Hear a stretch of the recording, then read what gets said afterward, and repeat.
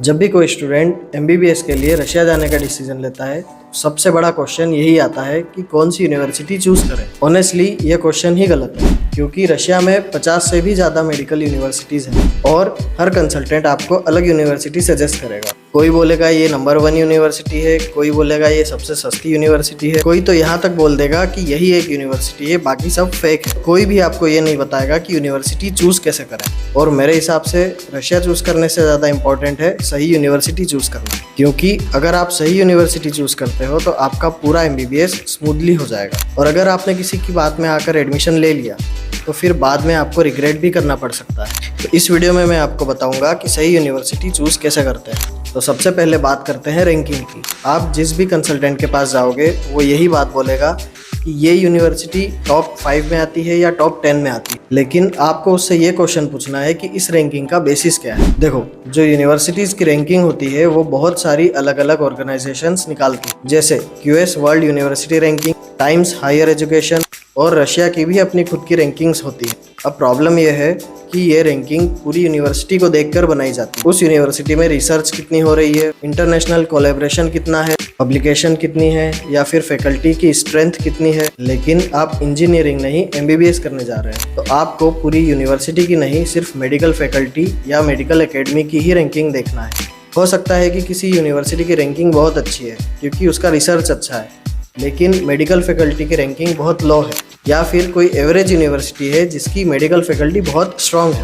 इसलिए रैंकिंग देखना गलत नहीं है, लेकिन सिर्फ रैंकिंग को देख के एडमिशन लेना गलत है। अब एक और टॉपिक पे आते हैं जो स्टूडेंट्स को बहुत कंफ्यूज करता है, फेडरल यूनिवर्सिटी या स्टेट मेडिकल यूनिवर्सिटी। सबसे पहले ये समझो कि दोनों गवर्नमेंट यूनिवर्सिटी ही होती है। यहाँ डिफरेंस ओनरशिप का नहीं होता है, डिफरेंस स्ट्रक्चर का होता है। रशिया में कुछ यूनिवर्सिटीज़ को फेडरल का स्टेटस दिया जाता है, वो इसलिए क्योंकि फेडरल यूनिवर्सिटी को पूरे रीजन के एजुकेशन और रिसर्च को स्ट्रेंथ करना होता है। और फेडरल यूनिवर्सिटी के अंदर बहुत सारे फैकल्टीज़ होते हैं, जैसे इंजीनियरिंग, लॉ, इकोनॉमिक्स, मेडिसिन, और भी बहुत सारी फैकल्टीज़ होती है। फेडरल यूनिवर्सिटी में रिसर्च भी काफ़ी होती है। दूसरी तरफ स्टेट मेडिकल यूनिवर्सिटी का फोकस सिर्फ मेडिसिन पर होता है। अब यहाँ बहुत सारे स्टूडेंट्स एक गलती करते हैं, वो सोचते हैं कि फेडरल यूनिवर्सिटी है मतलब बेस्ट ही होगी।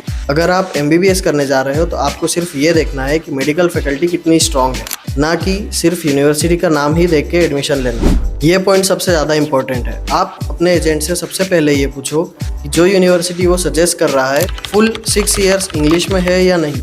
कोई यूनिवर्सिटीज़ होती है जहाँ पर शुरू के 3 साल में इंग्लिश में पढ़ाई होती है, लेकिन 4th, 5th and 6th year Russian में पढ़ाया जाता है। इन यूनिवर्सिटीज़ को बाइलिंगुअल बोलते हैं। इसका मतलब ये है कि प्री क्लिनिकल सब्जेक्ट्स जो कि 1st, 2nd and 3rd year में पढ़ाए जाते हैं वो आपको इंग्लिश में पढ़ाएंगे, लेकिन 4th, 5th and 6th year आपको रशियन में पढ़ाया जाएगा, जो कि क्लिनिकल सब्जेक्ट्स होते हैं। इसका रीज़न ये है कि हॉस्पिटल में जब आप प्रैक्टिस करोगे तो पेशेंट्स रशियन ही बोलेंगे, वो इंग्लिश नहीं बोलेंगे, और उसके लिए आपको थोड़ी बहुत रशियन आनी चाहिए। ये गलत नहीं है, लेकिन एनएमसी की गाइडलाइंस के हिसाब से ये गलत है। अगर आपकी यूनिवर्सिटी बाइलिंगुअल है तो आपकी डिग्री को लेकर इंडिया में आपको प्रॉब्लम हो सकती है। इसीलिए अपने एजेंट से सबसे पहले ये पूछो कि ये यूनिवर्सिटी इंग्लिश मीडियम है या बाइलिंगुअल है। ऐसा ना हो कि 3rd ईयर के बाद आपको यूनिवर्सिटी सरप्राइज दे दे। अब बात करते हैं प्रिपरेटरी कोर्स की। इसको रशियन में कहते हैं पदफाक। इसका मतलब है पदगतोवितेल्नी फाकुल्टेत।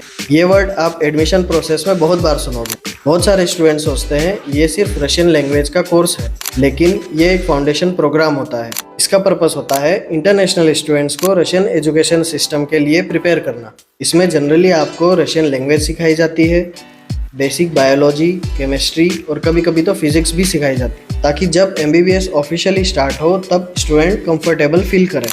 और ये प्रोग्राम हर यूनिवर्सिटी में कंपलसरी नहीं होता है। तो आप अपने एजेंट से ये भी पूछो कि प्रिपरेटरी कोर्स कंपलसरी है या नहीं, और अगर कंपलसरी है तो कितने मंथ्स का है या फिर 1 ईयर का है, और क्या उसकी फ़ीस अलग से देनी पड़ेगी। ये आपको बहुत छोटी सी इन्फॉर्मेशन लगेगी, लेकिन ये आपका एमबीबीएस का ड्यूरेशन और कॉस्ट दोनों ही सेव करेगी। ऐसी ही बहुत सारी चीज़ें हैं जो आपको यूनिवर्सिटी चूज़ करने से पहले देखनी चाहिए।